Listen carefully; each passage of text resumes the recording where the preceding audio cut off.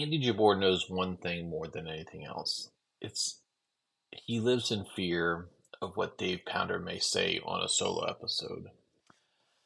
And so with that, I welcome everyone into the latest episode of Men of a Certain X. I'm Dave Pounder without Andy Jabor today. Andy has taken selfish personal time to do things. Really, I think he's recovering from the Super Bowl, where in fact the Kansas City Chiefs beat the San Francisco 49ers last night. I think that'll be good for Andy because, one, he has that 10-year grudge against the 49ers now that since they beat the Lions. And two, Patrick Mahomes won. For about three quarters of this game, it really sucked. The game was pretty awful.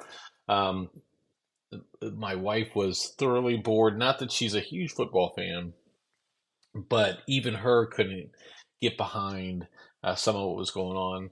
I didn't think the commercials were all that good. There were a couple good ones. I want to talk about a little bit of I don't want to dig too much into the commercials, but because I think everybody does that. There's all those best commercials things. I think I'm a little concerned with some of the commercials just in the fact that it's all celebrity based now. Like everything is celebrity, celebrity, celebrity, and they try to be, I think, too funny when I think they miss some of the what made the Super Bowl commercials really good in the first place. Those great Doritos ads in the past, and just some of those really good ones. And I think not that there weren't bad ones this time. There were some pretty. I like the I think it was the Kawasaki uh, for off-roader commercial where everybody got the mullet, the business in the front, along party in the back kind of thing. That was pretty good. I thought the Dunkin' Donuts one with Ben Affleck, Matt Damon, and Tom Brady that was pretty decent. Tom Brady actually had um, a couple decent commercials last night, but it was okay. But I was just a little disappointed with the commercials in general. Usually, I don't want to get up from my seat. Now, I didn't particularly mind to get up from my seat, but in general, again, the game was fine. I thought everything was good, but it just cements the fact that Patrick Mahomes, in his first 6 years of playing NFL football, has cemented himself as one of the greatest of all times. I mean, it's quite amazing how this guy didn't play his first year, and then he's been in the conference championship game almost since. He's been to four Super Bowls, won three of them. I mean, Brady won seven, went to nine. I mean, we didn't think we'd ever see anything remotely close to that, and here, right, not even like bridging the gap is here. You have Patrick Mahomes sitting there. And I heard an interesting thing this week on another podcast is, you know, Brady was pretty isolated. He didn't have a whole lot of drama around his life. I mean, he was football, football, football. The guy went to bed at 8 o'clock. He had married Bridget Moynihan and then Giselle, and then I mean, but you never heard anything about his kids or his wife. Really, I mean, obviously Giselle's a world supermodel, but there was not a whole lot of drama around that. And then Patrick Mahomes, I mean, he's got um, his dad's a mess. He's a former baseball player. His dad's a mess. His brother is a complete ass clown, and his wife is sane. I mean, they've been together for a long time, but all the family drama outside of that is crazy. And then you have the Taylor Swift stuff this year, which I thought was just fascinating. Now, granted, it wasn't him dating Taylor Swift, which I think is good, but somebody on his team was dating Taylor Swift, and that caused all sorts of drama. And so he had he has a lot of things that are competing with him, and he just stays steady. And I swear, I look at Patrick Mahomes, and he looks like he's 50 years old. He doesn't look like he can move a whole very well. It just doesn't feel anything. But there he is every time, making the right play. Like running this game, 9 rushes for over 60 yards. I mean that was crazy. And just to see him do whatever it takes that is Brady level. I mean, it's Montana level, and I think you put him in that top three right now. I mean, Patrick Mahomes could not play another game. He's in the first ballot Hall of Famer. And I mean, he's one of the top three quarterbacks who's ever played. And you go ahead, put Terry Bradshaw in there if you want to. People come shouting at it, all this stuff. That's fine, but I just don't think the two were comparable.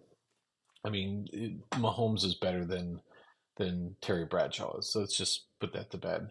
And so, again, a great win at the end for the Chiefs. Crazy how the Super Bowl goes to overtime, and it would have kept going. I know when I got to the end of that for overtime, I was like, why are they letting the clock run all the way down? What they could get off a couple of plays.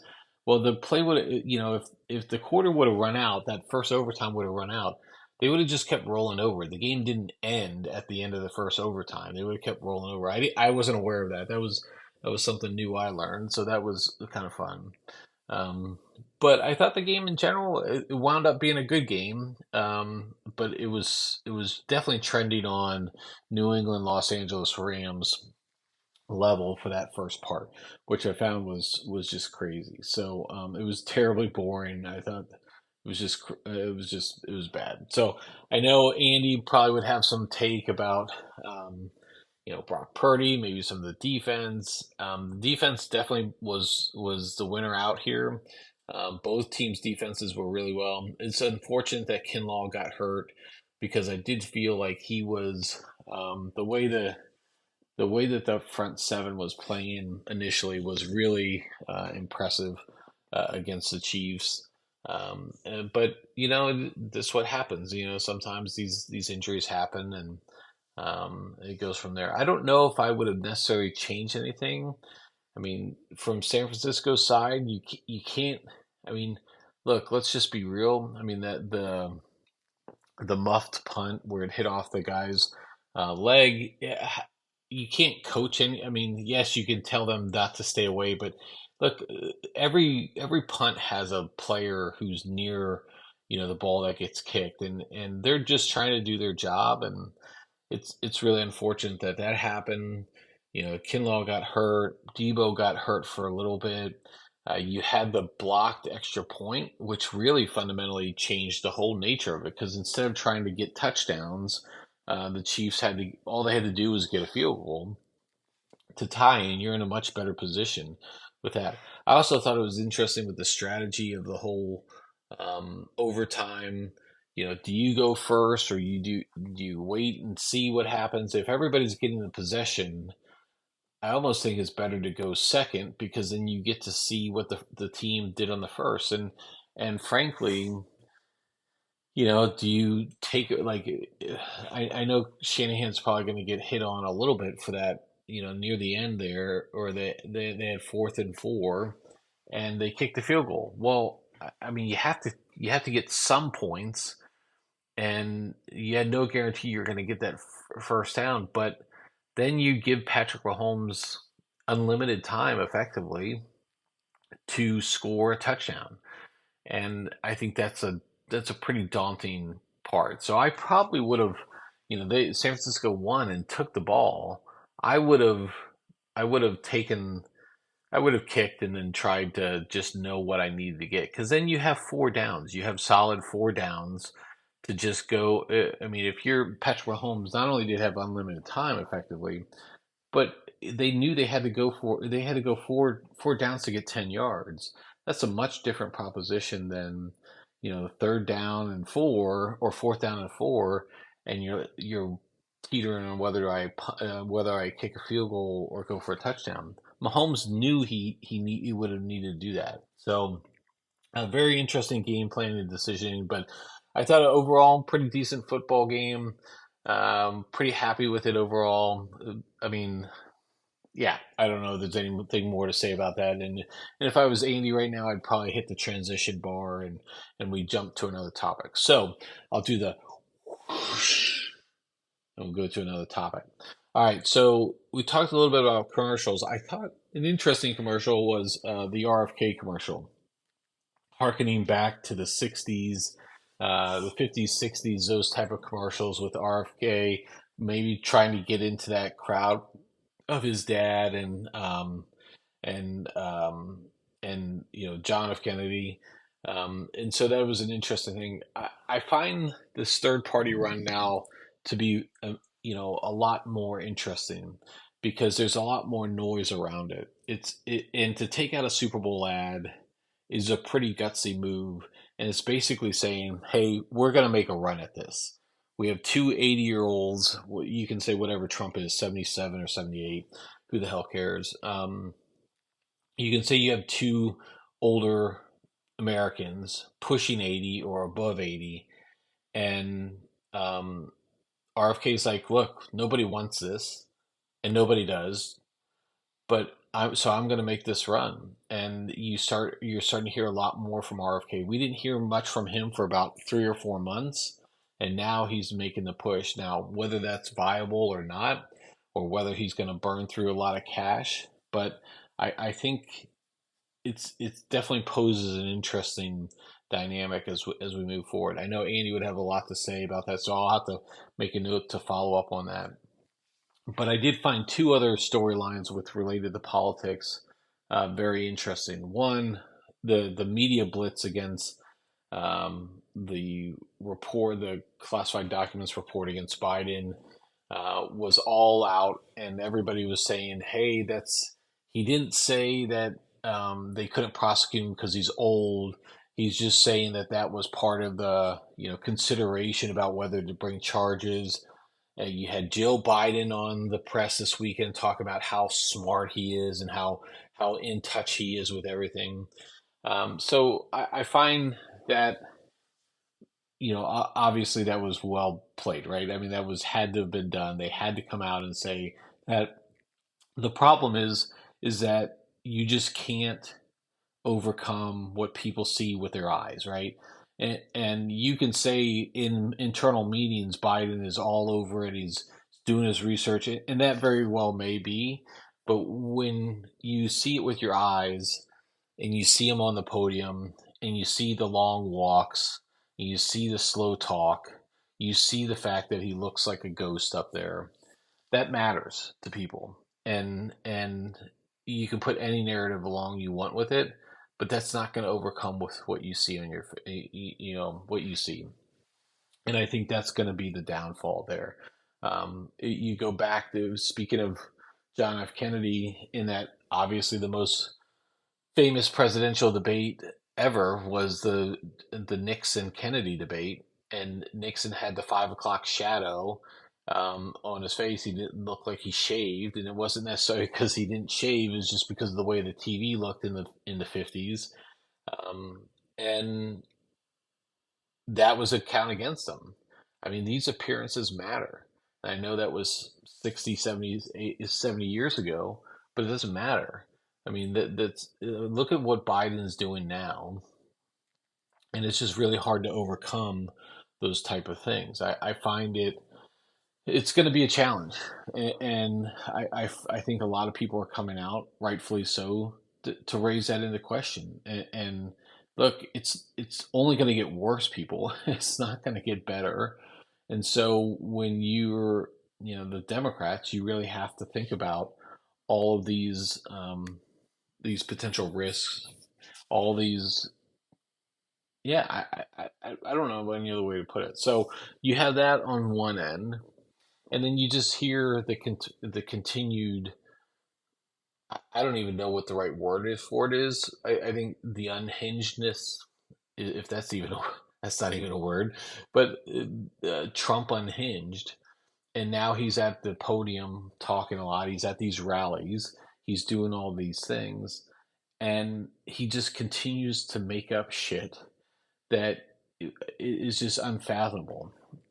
So we talk about Trump, and he was in Pennsylvania, and I think the Biden administration did something really good here. Is they published that obviously they listened to a speech, and then they published a list of 20 to 25 lies or mistruths that Trump did. Look, people, it's great to do that, but the people who are supporting Trump, they don't care.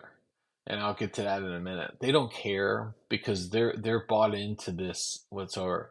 The one that I think I an all new level for me that I didn't think I'd ever get to was Trump said that they're going to change the name of the state. If he doesn't get elected, they're going to change the name of the state of Pennsylvania. Who's going to change the name? Is it the deep state? Is it who? Is there even a movement to change the name of the state of Pennsylvania? And I'm sure somebody somewhere is going to refer me to a quote somewhere that some person, some politician in Pennsylvania talked about making Trump like making Pennsylvania into some wokeness state. But let's just get real, people. Nobody's ever talking about that. That's never gone through. As far as I can recall, a state's not changed their name, and certainly don't do it because the president is there. So I think this is the level that we have to understand when you're talking about something. You can't present facts against Trump because he, in his mind, in some made up world that he lives in, and that's a concern, is that he believes these things and he's peddling this shit time and time again, and he just continues to look for ways to play to his base because the when let me get to one more thing and then I'll talk to um, the level of craziness that I continue to see and hear from Trump supporters. But you, and again, it's probably not all Trump supporters. I get it. But the bottom line is there's enough of it now that you have to really get concerned here. And so the other part that Trump said is talk about not supporting NATO members if somebody were to invade them and they hadn't paid their dues, and so Trump would not go to rally support that. And of course, everyone's going to try to downplay that. Everyone's going to try to say this or that. But when the Secretary General of NATO has to respond to it and stand up for the alliance, look, I think this is where people just get concerned. But that's not even a realistic thing. Trump can say that stuff, but you can't. You're not. That's not how alliances work. That's not how treaties work. That's not how it's written in our Constitution. Where if there's a treaty, an alliance that's been made, it's been ratified by all parties, that's the supreme law of the land. It's written in the Constitution. We should look it up. And so that's what we abide by. So this idea that they don't pay, like so let's say Germany didn't pay their dues, Russia invades Germany. We're not going to sit there and say, "Hey, let them have at it because you didn't pay your dues." That's not how an alliance works. That's not how in Afghanistan we went to NATO and told them, hey, this is an alliance. We were attacked. You need to come to Afghanistan. So there are NATO forces who had nothing to do with, wanting to do nothing to do with Afghanistan, and yet they had people there. Now, you could challenge the commitment if you wanted to, but they were there. There were NATO rotations there. And so I think that's something you just can't do. So, but that just continues this line of how Trump speaks, and somehow people continue to fall for this and listen to it. I can't imagine what the second presidency would look like if Trump were in charge, and I'm afraid to think that we're going to be there if Biden is continues to be the nominee. Because I think there's another poll that said 86% of Americans felt like Biden couldn't be or was too old to be president, and that's a concern, people. And you can say he's got his base, he's got his supporters. It's not about the base and supporters. It's about the 20 to 30% in between your hardcore base and your supporters. That if you, it's not that they're going to vote for the other guy. It's that they're not going to come out and vote for you, and the other guy's going to get his side. And so that's what Biden look. I mean, everyone wants to say that Biden was the clear winner last year, but if it goes, I mean, 40,000 votes in a couple different areas was the difference in that election. It wasn't the 4 million votes or whatever the difference. And oh, by the way, Trump was absolutely right in this. Is is that Trump was absolutely right in that, you know, Biden got 75 million votes. He got 71. He got just a ton of votes as well. And next year, I mean, people may not just come out and vote for Biden this year. And so that's going to be the concern when you look at across the way there for on that politics side. And um, so that's some things I need to look out for. And I'm going to just wrap up this politics part real quickly on just I continue to see interviews with Trump supporters. And I'm not going to make the generalization statement, but a lot of the hardcore ones, the ones that are wearing all the Trump paraphernalia, the people who, the what are they, the golf cart people who put the Trump flags on and run around in Florida with all your golf cart communities and such. The individuals talking about how Biden is not the real president. Trump is actually the president today. Biden is just an actor. People like I can't imagine what your life is like outside of politics that you believe and pedal, think about some of these things to this degree. But if the Democrats, if Biden was an actor, wouldn't they put somebody better up there to look than what we have right now? I mean, if he was in a studio, which, oh, by the way, everyone, the president doesn't record television in the actual Oval Office. There are studios. This is a well documented, media um, tactic that everybody uses. It, I think we just need to get a grip on what we're really thinking about. Take a step back and like Biden was dead years ago. So we put up this actor who looks worse than somebody who's been dead years ago. I just don't even know where to go with it. It's hard to even argue with people like that because you can again present facts back and it's just not going to matter. All right, so I probably talked way too long. Andy's probably pissed at me as he's leaving Florida to come back, and he's like, "Dave, get off politics. You just talk too long on it." So here's the last thing I want to do for today's episode. Football's over. Now what? Where do we go here from a podcast? Andy and I just love those sports check-ins. Really like doing that. We obviously have a huge fan. We're huge fans of the NFL and our teams. Um, where do we go next? And so here's a couple things that are coming. Obviously, you have NASCAR. You have the Daytona 500. I'm out on that. There was a time when I knew some of the the drivers, but I'm out on that. You have the NBA. Andy's not a huge NBA fan. Um, I keep an interest in the NBA only during the regular season until the playoffs. Then the playoffs, I start watching a little bit more, but it's not like I'm following every storyline. I barely watched even the playoff games. I do pay more attention in the playoffs, but not so much. Then you have NCAA. So over the next month, you'll be wrapping up the conferences, the conference tournaments. You'll get into March Madness. I'll have a lot of fun with that.